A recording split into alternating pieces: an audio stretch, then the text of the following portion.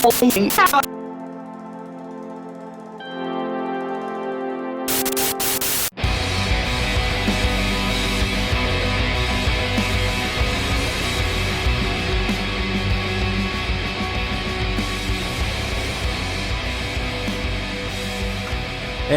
welcome back, everybody. Episode 4 of Half and Half podcast. Is it already episode 4? Episode 4, baby. Right? Wow, we're running through these things. We are. Just wait till we get to the double digits. Now, I just want to start this episode off by saying this is not the Led Zeppelin country episode. I know we said that the next one is we were gonna give our story and our takes and final verdicts, but we still have 2 days left. Today and tomorrow. Tomorrow night it officially ends. Right. So our next podcast will be the one. It's been really hard not telling you. Dude, all day. You know, as a matter of fact, I will just grab my phone instinctively. And I'm like, oh shit, I can't tell him. I'm not supposed to talk about it. Yeah. But I will say that I've stayed true. You bet. Well, see, that's the second time you've said that today. No, I'm just telling you because honestly, I thought by day 2 I was gonna give up. I've stayed true, man. I would have broken up with you. Well, I mean, I would have told you. I would have said, "All right, I can't do it anymore." Well, one of two things: you're liking it, or you're just true to the challenge. I'm not gonna say. We will find out. So have I, dude. At work, I've been listening. On the way home, I've been listening. Well, look, we're gonna start getting into it, and then we're gonna drop little hints. So we'll talk about it. Yeah, we'll wait till next. I just wanted to mention for those listening, if they thought this was the one, it'll be our next one. Yeah, which we'll do sometime next week. Yeah. All right. So what's up? What other than having to listen to Led Zeppelin constantly? What's new? That's it, dude. That's all I've been focusing on. Really, dude? Well, this is my long stretch, right? I do a long stretch at work where I work forever. So that's all I've been doing, working and listening to Led Zeppelin. That's awesome. It's not. Actually, it kind of made me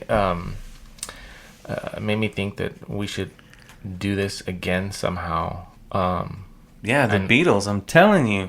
Well, yeah, maybe we could do something like that, or make it specific to an artist. Like you got Led Zeppelin, I got country, right? But where we both listen to an artist. And that's what I wanted to say. Even Tony and I were talking about it. That guy at work. Whatever, Tony. I gave you the genre country. Mm-hmm. I'm stuck with the same voice for 7 days. You know what I mean? So it's been a little more challenging on my part. You at least get a dabble. I don't know. Everybody in country has the same voice. Oh, no, I'm not going to get into it. I knew it, dude. I knew it. All right. Moving on. So, I'm really excited right now. Because of the guitar. Yes, you made a lot of headway this week. Yeah. So for everybody listening, we are about really close, probably about a week out. Maybe we're a little behind. Well, actually, we're a lot behind because of our original date was months ago. But we have created our own guitar. Mm-hmm. Now, by saying that, real quick, some people don't understand that. When I'm explaining it to the guys at work, they're like, I don't get what you mean. I tell them, this is a Les Paul. This shape belongs to Gibson. Right. And I'll show them a picture. This is Fender. This belongs to Fender. So on and so forth. I said, our guitar, this is our body. Nobody like it on the face of the earth. It belongs to Nevermore guitars. Right. Just so people understand that. Yeah, exactly. And so...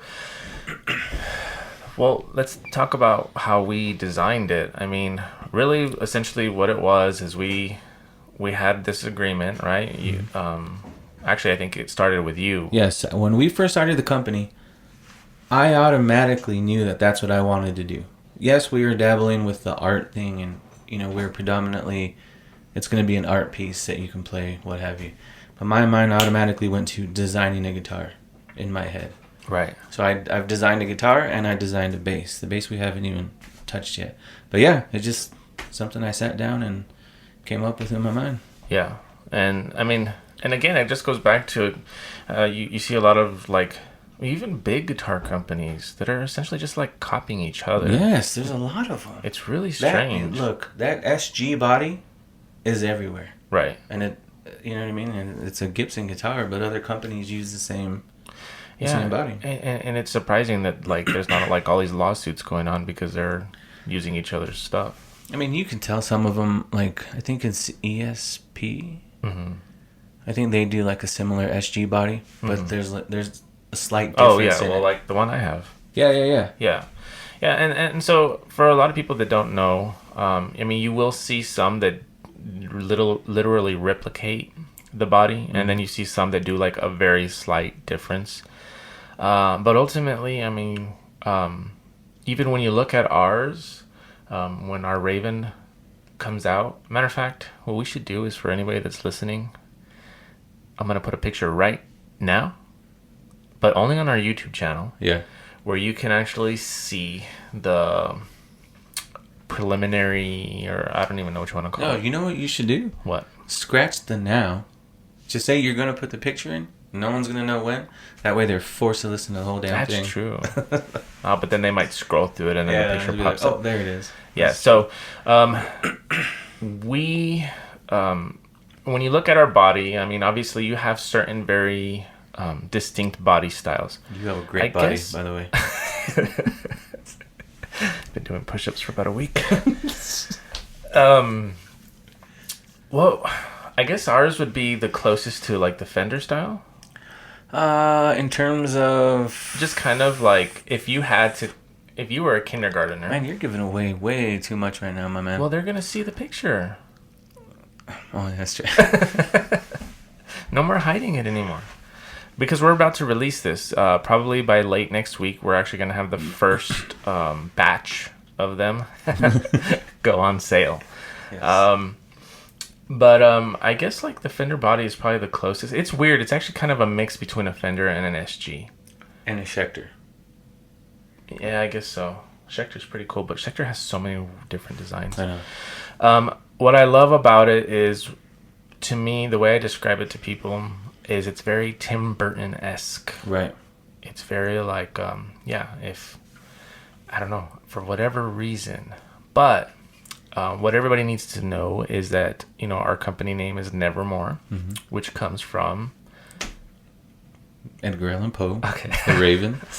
You do know this, right? Have you seen my left arm? I have the man tattooed on my arm. Oh, that's right. What? Dude, I have Nevermore, Edgar Allan Poe, and the Raven. Are you new? I thought it just said more. I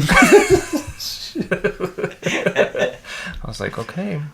No, man, look. What are you talking about? Yeah, I am a huge Edgar Allan Poe fan. Because I don't look at your forceps. I look at your biceps. Or wait, forceps, is that a thing? Yes, but that's a tool. This is a forearm. A forearm. Yeah, I don't look at your forearms. I look at your biceps. But anyways, yeah, I didn't even realize you... See, I didn't know you had the actual word tattooed on you. I've had this tattoo for 11 years now. Wow. Thank you. And Eric did it, obviously, right? Obviously, yes. So obviously Edgar Allan Poe, that's where we got Nevermore from. He is my literary hero, man. Yeah, like, a matter of fact, so we set up a partnership trade deal with Hipshot. They're the ones who are going to supply our bridges and our tuners. Right. And matter of fact, I was talking to, his name was Josh. I think his name was Josh. Hello, Josh. And he was actually telling me a really cool story as we were setting up our account.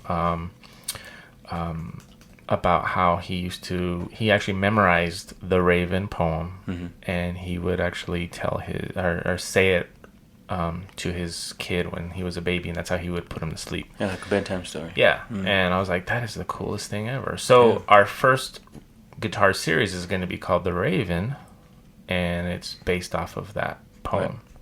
And if you kind of look at the guitar, if the image is not on the screen again, it should be still, maybe. I don't know. Or you can rewind. Talk a little bit about how that ties into the Raven. Well, when I initially came up with the design in my head, we've altered it here and there, right? Of course, you have to.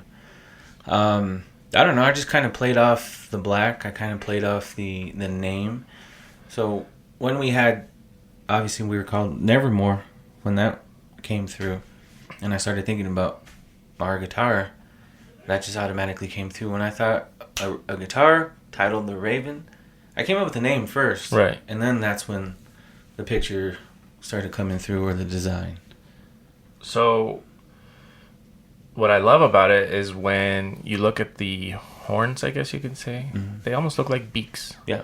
And that's pretty cool. And it's again, it's kind of, I mean, the thing is, there's only so many styles. I've seen people try to go off and do really weird styles, but sometimes it just looks... Yeah, we wanted to keep it like a guitar, a functional guitar with our flair, right? But not too crazy. Right, You know what I mean? right. Yeah, so when you look at our guitar, I guess a couple of the interesting features is, well, we've experimented with both. We experimented with the flat top, and then we experimented with the rounded over edges. And I think we kind of decided that we probably will do both. Yeah. The actual colors and everything will vary depending, but it's really ultimately, at the end of the day, it's still the same body. Right. Our body is going to be our body. That's it. There's no more altering the body. The only thing that will change going forward, like any other company, are the features, right? The color. Right. If we have a pick guard on one, we won't on the other. Just stuff like that. Right. You know right. what I mean? Right. Exactly. I do eventually, though. You and I had already agreed to it. The exact vision I have will be a guitar. Right. Once or twice. Right. You know what I'm saying? Right. And then... because we've altered it. We had to. Yeah. Right? We all had... There's three of us. We have to agree. This, that, and the other. Yeah, so... And that's what I love about it. I'll never forget when we were looking at the sketches. And then after the sketches, we cut out the first one. And we all looked at it. And I think instantly we were like, yes, this is it. Yeah. And so... Eric did a hell of a job on the actual... designing, making the template. Yeah, know what I mean? yeah. And so now we're at that point where it's really exciting because we're going to get rid of our first batch. Well, we laugh because we actually call each other batch all the time. Sup, batch. And so every time we say that, it's like... anyways, we will be getting rid of that first supply, I guess you could say. Yeah. And then after that, we're going to really experiment with different colors, with different, like you said, accessories. Yeah, to me, dressing it up, man. Like, I mean, there's times I buy a bass just because of the way it looks. Yeah. There's no other reason, so I want to put that dazzle on and make them, you know what I mean? Just different.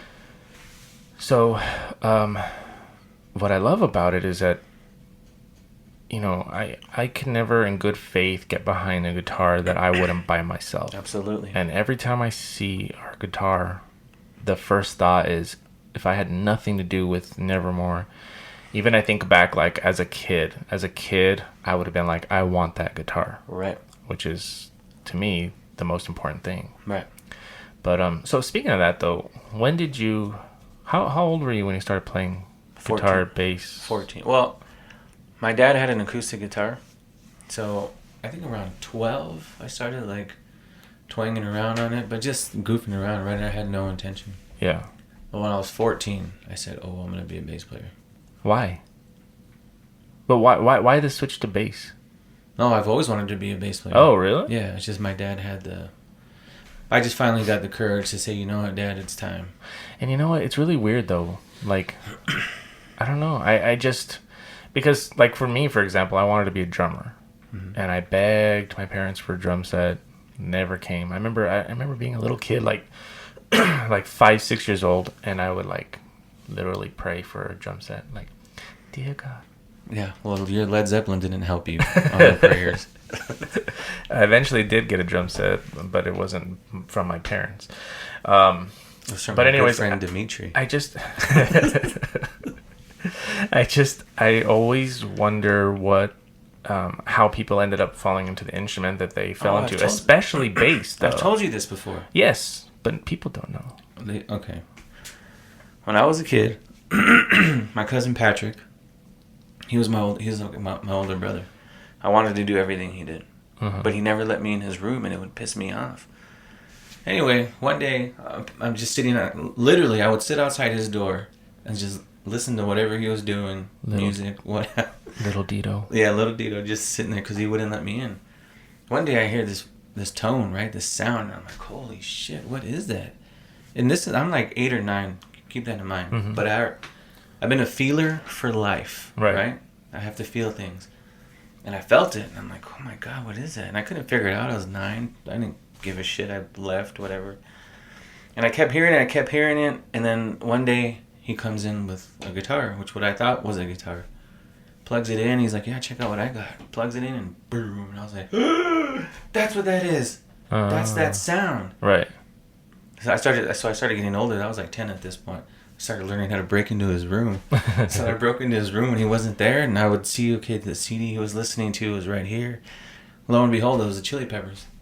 Mm-hmm. Mother's Milk was the first time I heard bass or the Chili Peppers because of him. Right. And that's when I was like, dude, that's what I'm... So when he wasn't home, he doesn't know it. He might know it now. I apologize, Patrick.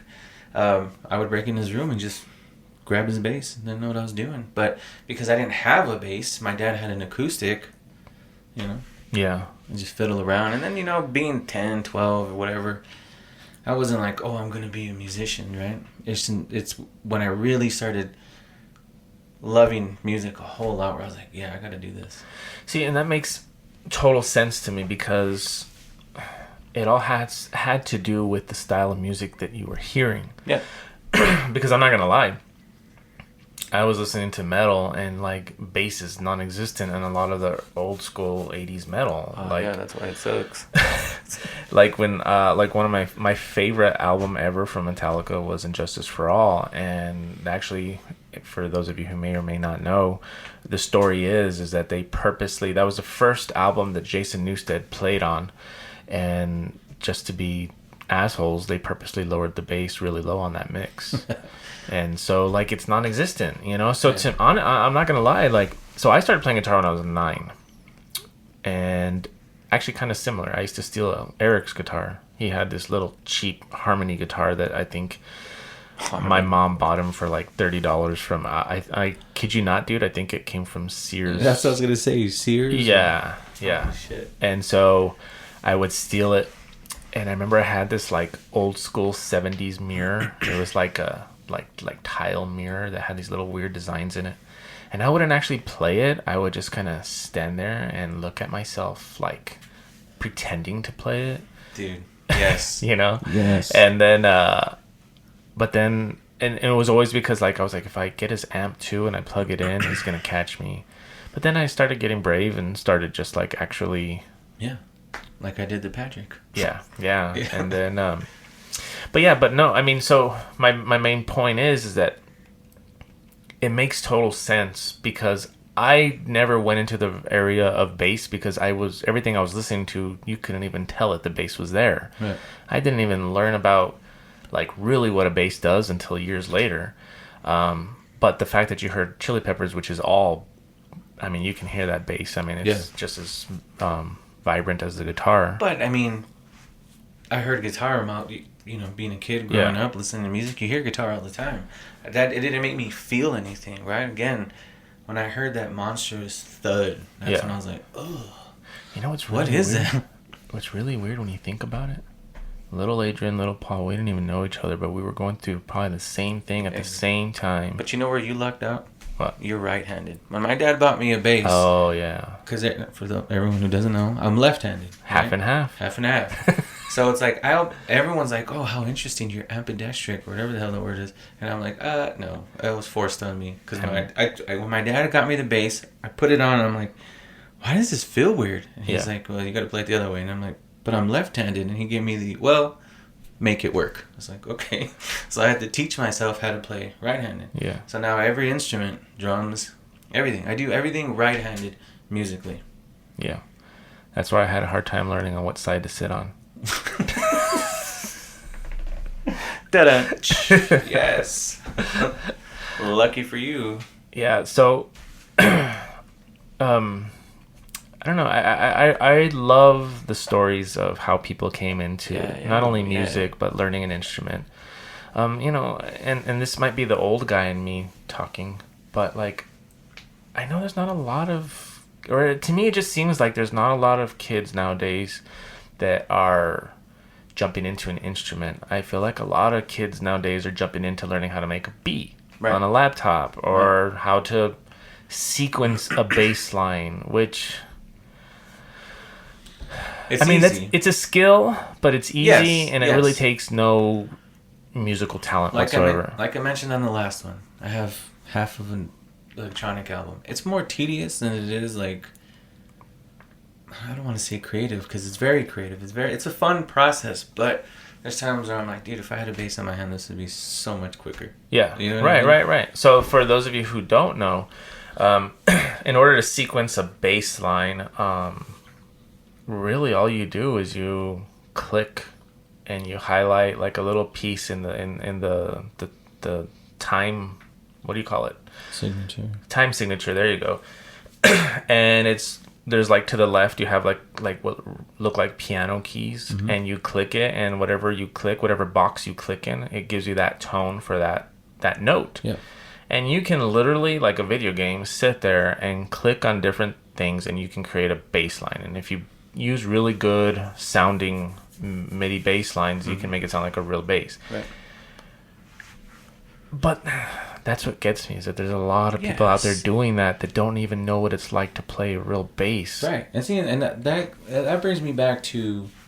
And with piano, too. They, like, you know what I mean? Dude, like, everything. Yeah. Everything. These systems and softwares, they have everything. Yeah. Strings, horns, and everything. And you know what?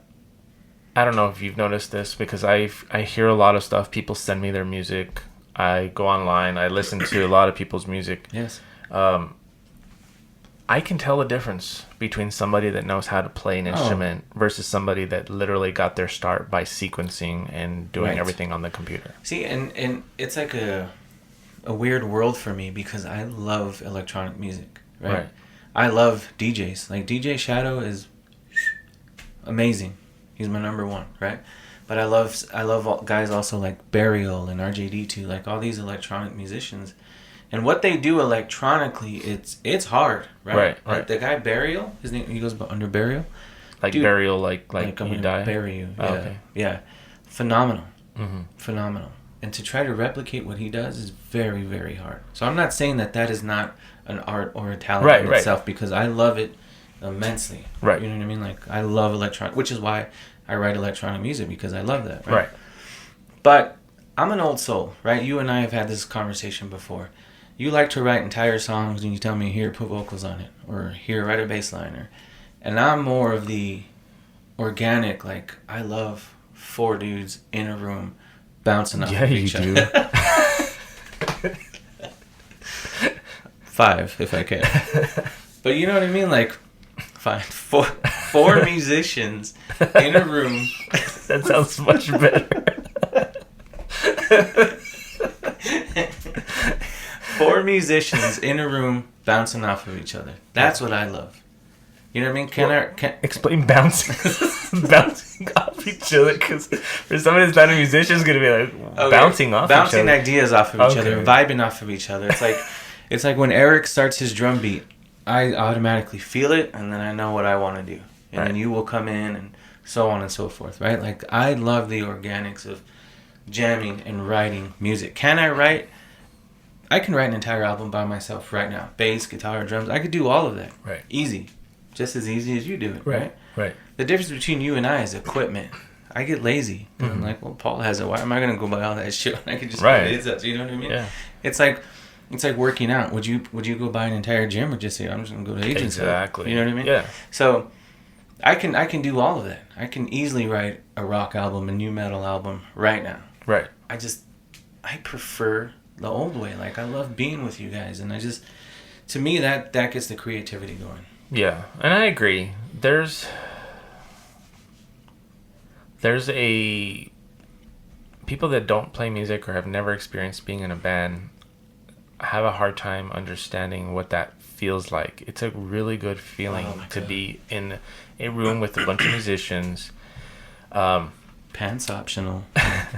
but musicians that you vibe with, because you're not going to get along with everybody. Because we have spent many a times in rooms with musicians that you don't vibe with, and that is like torture. It is. Like, me being a bass player, I'm a drummer bass player. Mm-hmm. My drummer has to be on point, not necessarily in timing and whatnot, but like, I just have to have that groove feeling with him, between you and him. Yeah. And Eric and I are just Think about all the tragic landing songs we wrote. It Right. started with Eric and I because you guys Yeah. were dicking around and him and I just started jamming. Yeah. That's how.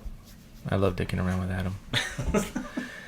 No, yeah, and that's what I love about just Eric and like people like even like Justin when we did Ashling together. Oh, yeah. Yeah, there's not a lot of people out there, and that's why I think I always end up going back to the same musicians. That's why I hit up Justin. That's why I hit up other musicians that we worked well with, and I'm like, hey, you want to put something on this song, or hey, like we should totally jam. And a lot of it is because it's just that feeling of connecting with one another, because like it's on a different level that a lot of people will not understand unless you've been in that situation where it starts with a beat, you come in with your bass, and I'm looking at what you two are doing, and I start coming in with some sort of guitar or keys or whatever, and then you have another guitar player that comes in with their part, and then sometimes you have a vocalist that's sitting there and they're toying around with their voice or whatever. Yeah. But it's just a great feeling, and I don't think a lot of people, unless you're a musician, really will get that. Will understand you know who's that. great at that vocally? Who? Both Adam and Adrian can do that. But Adrian, when I was in a band with Adrian and Adam, when I was in a band called A Beautiful Morning. The Brothers. The Brothers. Oh, okay. The Diaz Brothers. Adrian's vocal part, melody, and pitch were like... Yeah. He's very good at that. Yeah. And, I mean, I love that too. I really do. But for me, I get very impatient. Because sometimes, especially now that we're older, it's hard to get everybody in the room together to work. And so since I have it here and I have time, I get very impatient and I say, screw it, I'm just going to do it all. I know, you don't even wait for me anymore. I tell you, I want to do bass on that. Yeah, for sure, man. Oh, yeah, Batch, I got you. 30 seconds later, here, I finished the song. Wah, wah. All right. Yeah, it's because I also, I hate leaving things half done. I don't know, But you don't even give me a chance. I know. You don't even say tomorrow, and I'd be like, yeah, I'll give you an hour tomorrow. I'll get it done. I'm just super impatient. You are. But we kind of got that experience, or not experience.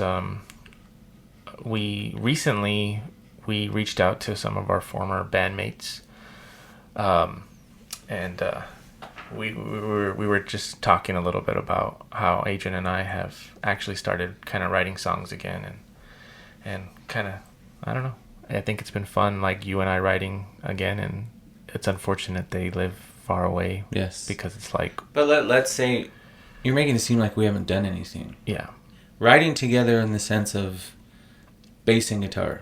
Because we've been doing Texas Cutthroat for a year and a half. But that's just, you write the music, I'm the vocalist. So it's kind of, we're still working together, but it's just in that aspect, we haven't done that in a while. Yeah. But what I'm trying to get at is, it would be great to be able to, now that people live far away, to be able to hey, come over so we can jam. That's another obstacle between wanting to jam with people that we vibe with. Right.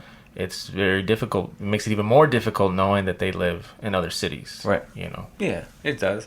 I mean, God bless the internet, right? We're at least able to work on the project and then say, okay, we absolutely love it. How are we going to do this? Yeah. You know what I mean? Right.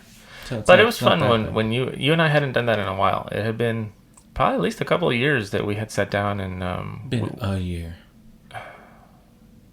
Really? About a year and a half, I would say. A year and a half. All right. But I enjoy that. I mean, you and I could write a whole album. If we sat and locked ourselves in a room for a week, we would come out with a 15-song album. Easy. It's and I think that's what always that was always our connection, man. Since day one, I think it was you and I were able to just connect right away. And when I play, it's literally my right side of my brain is fired up, your left side will fire up and then complete whatever I'm doing. Exactly. Half and half. Yep. So are we gonna what are we gonna... We have a lot of projects right now. We do. Musically. We do. We talked about actually, so for those of you who do not know, we have pretty almost like an entire Texas Cutthroat album. About, I want to say done like 60%, 70% done. But musically, it's done. Right. I still want to write a couple more, but yeah. And Texas Cutthroat is our hardcore project. Right. That Adrian sings on, screams on, whatever you want to call it. Singing, I just scream, yeah. How did you come into that anyways? I forgot. Oh my God. I don't get it. I do not. Do you? What'd you eat yesterday? What's my name? I don't even remember. How many kids you have? Dude, you don't remember shit, man.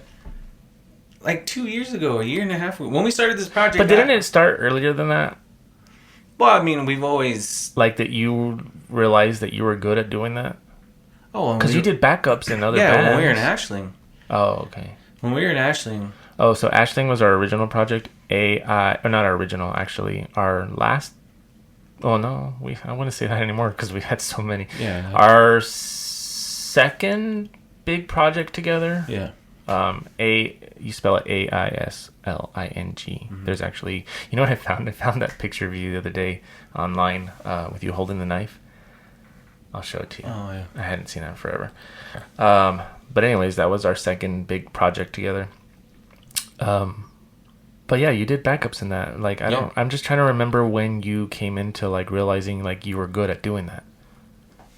I think, I don't know, in the band, I realized it.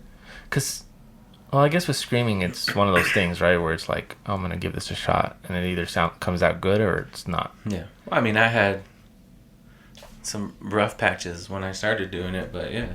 We were practicing one day and somebody said, somebody needs to do some backup screaming. And I was like, I'll do it. I used to hate doing backups. Because that went back to swim. Yeah.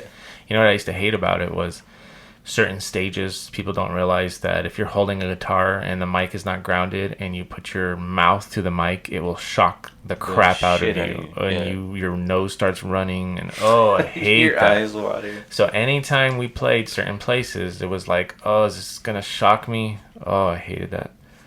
I fortunately never ran into that problem, but I don't know. Maybe but that's when it started, doing backups, and then I just love hardcore music, right? And I had always had it in my mind, right? Even after Ashling, when I was I joined A Beautiful Morning, and even the whole time I've always said I want to front a hardcore band. Yeah. And here we are. And when you sang on the first song, it was just kind of like, let's try it type thing, and it worked out. Like, I know you weren't very confident in yourself at the beginning. Dude, what are you talking about? You weren't. Okay, no. No. But you're making it seem like we just stumbled upon this. We sat down and talked. This is what the band's going to be called. This is what we're going to do. You wrote the first song, and I was like, great, I'll be there. Yeah, but at the same time, being that it was your first time doing an entire song, like... Because we did projects where you sang, but this was the first time doing a song where you screamed through the whole thing. Well, by myself. Right. Because there are songs that you would sing on, and I would just scream the entire background. Right. You know what I mean? That's true. But, like, you're the forefront. You're, like... Yeah, this is the first time being... Yeah. Yeah. So there was a little bit of, I guess, like, all right, this is a little bit of a different approach to what we normally do. Well, because if I hadn't done it in so long. Yeah. I mean, in A Beautiful Morning, Adam did the backgrounds. Right. Or the backup vocals. I had not physically screamed. I always should say the same thing. In forever. So walking out being like, oh, I got this. And nope. No, but you know what? Like, it took a little bit of training your vocals. Yeah, I had to get back into the groove. Like, you're weird because, like, all of a sudden, like, you struggle at the beginning, and it's usually kind of like getting out those cobwebs or whatever. Yeah. And then all of a sudden you get into this groove, and it's like, hell yeah, everything that you do, it's like, boom, boom, it's on point. Well, the thing is back in the day when I started screaming, I had my influences in mind, right? Like Burt McCracken, and I wanted to scream like those guys. And Burt McCracken, isn't that from Kingpin? That's Ernie McCracken. Oh, Burt McCracken is from The Used. Oh, that's right. You know, I had my Like the guy from The Bled, I don't know his name. I love the way he I don't screams. think I've ever heard a song from them. Oh, jeez. Anyway, when we started this project, I started wanting to do that again. And I don't know if it's time, I don't know if it's age, I don't know. I couldn't get that high, but I kept trying, and that's where I was messing up. And then one day I was like, I don't care. I'm angry, I'm just going to do it. Yeah. And I did it. And that's where I am now. I found my scream, if that makes sense. Yeah, yeah. The way I want to do it. You know what I mean? What I love about... darn dogs. What I love is that it's a very raw sound. Yeah. And going back to what we've talked about before, you know, when you listen to a lot of artists nowadays, there's some that are just like super overproduced. Yeah. You know, where it's like everything is just perfect, and I hate that overproduction, especially when it comes to something like heavy music, because to me, heavy music was supposed to be raw. It was supposed to sound like just 4 dudes in a room bouncing off each other. That's the best. Yeah, and to me, I'm not saying I have a distinctive scream, but the way I tried doing it... No, but you do. I think you do. I like to put voice... It's more of like a holler scream, right? Not like a... Because there's different styles. There's a false chord scream. There's a fry scream. Mine's more on the false side. Yeah. I like to put vocal in it, right? Like I want you to hear and understand what I'm saying. Right. So it's not just like distorted noise coming out of my mouth. Yeah, exactly. Yeah. Because I mean, there's very varying degrees, right? There's like the death metal growl versus like pig squeals. And... Yeah, like at least yours. Well, when we work on it, it's weird, but there's like a melody in there embedded in the screen. And that's because I put voice in it. Right. Does that make sense? So it's beyond a raspiness. Yeah.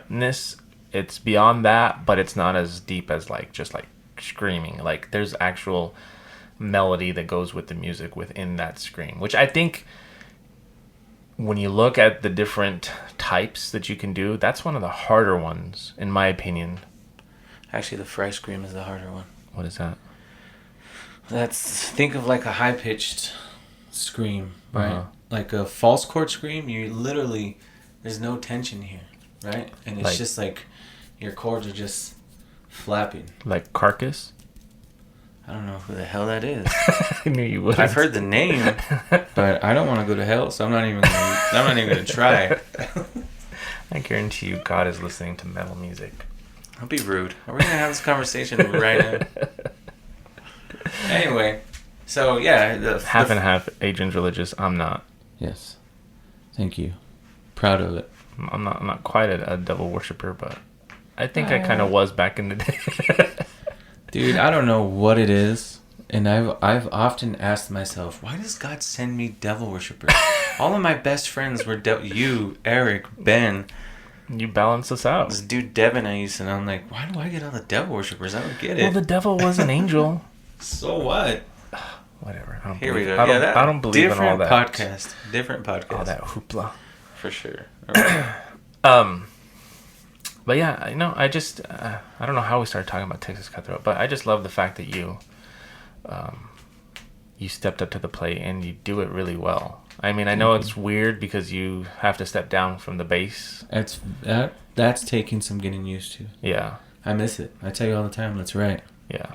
But at the same time, too, like, the style of music Texas Cutthroat is not very conducive to the style of bass writing that you typically do anyhow.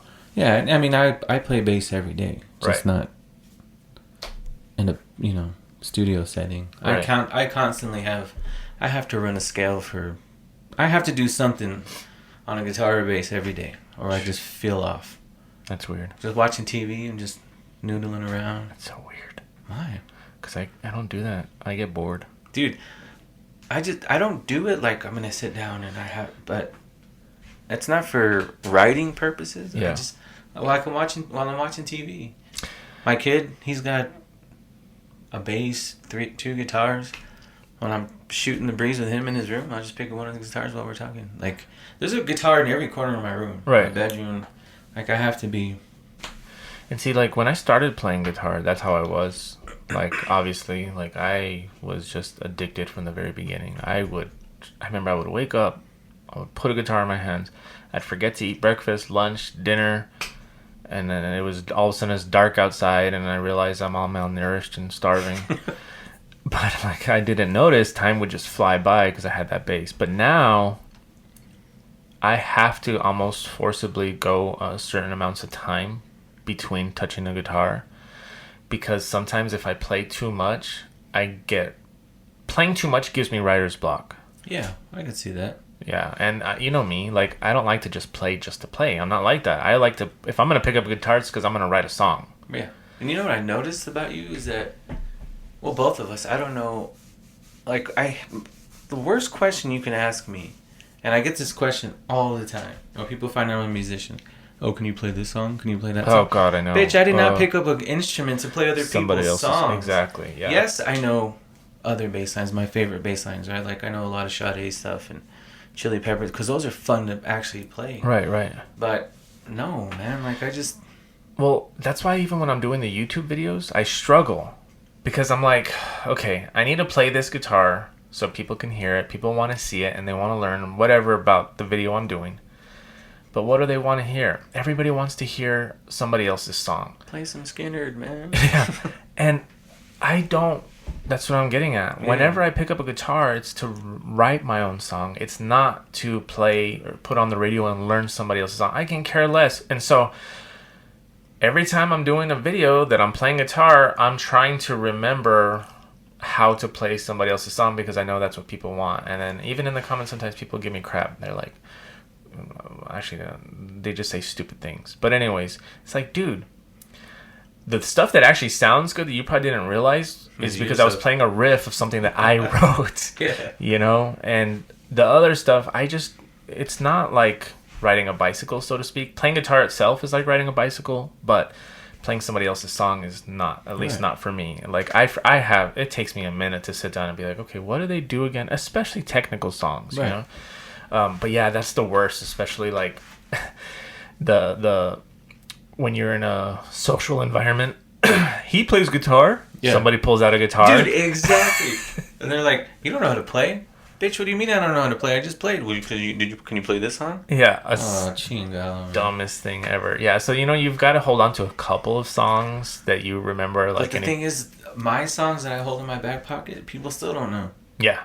And I'm like, you guys want to hear some Smooth Operator? You want some Kiss Alive? Or you want some Sade? I got you. And they're like, yeah. Well, what's that? Oh my God. And that's a big difference between certain musicians. Like, for example, I don't know, I think you probably have too. I've been asked to be in cover bands, and I just can't for the life of me. They're like, you'll make money, and I'm like, make money looking like an idiot playing somebody else's songs on stage all night? And I'll kill you for being in band with somebody else without me. So lose for you, buddy. I just can't. Like, that's how I started off. When I was a kid learning guitar, that's how I started off, was playing other people's songs and learning their songs. My first band ever was a Metallica, whatever. Dude, that's all we did is play Metallica songs. My first band was a Smashing Pumpkin cover band. Yeah, that's how everybody starts off. Now to, like, go back to that and go back to play. No, like, I have songs in the pocket, right? Like, I'm not saying I don't know. I don't go out of my way. It's like you just said, back in the day, you were in a Metallica band, I was in a Pumpkin band. Yes, I know songs, but I haven't gone beyond those years to try to learn. Like, I have to absolutely love something, right? Like the Sade stuff I've tried to learn. Hum is one of my favorite bands in the whole entire world. Now with Hum, I learned the guitar parts, not the bass part. Right. So, I mean, I still try to learn stuff, but it's not the stuff that people want to hear. Right. Because, I mean, everyone wants to know, can you play Stairway to Heaven? Oh, God, I know. And I actually know how to play about the first 10 seconds. And that's only because, that's all I remember. I could not remember for the life of me. Certain things stick with you that you remember, but not very much. And it's one of my biggest pet peeves. I have gone out of my way to learn Sade stuff. That for sure. That's just because it's so fun to play. Paul Denman is such an amazing bass player, and it's fun to play. Right. That's why I go out of my way to learn those songs. Yeah. Anything else, I'm real touch and go. You know what I mean? Yeah, absolutely. I guess it's like a musician's curse, so to speak. But Actually, the last song I did learn was I was forced to. We did a cover. I'm not gonna say the name of the song, but we did a Billy Idol cover. And that's gonna be released with Texas Cutthroat stuff. Yeah, that record's almost done. We started going real heavy.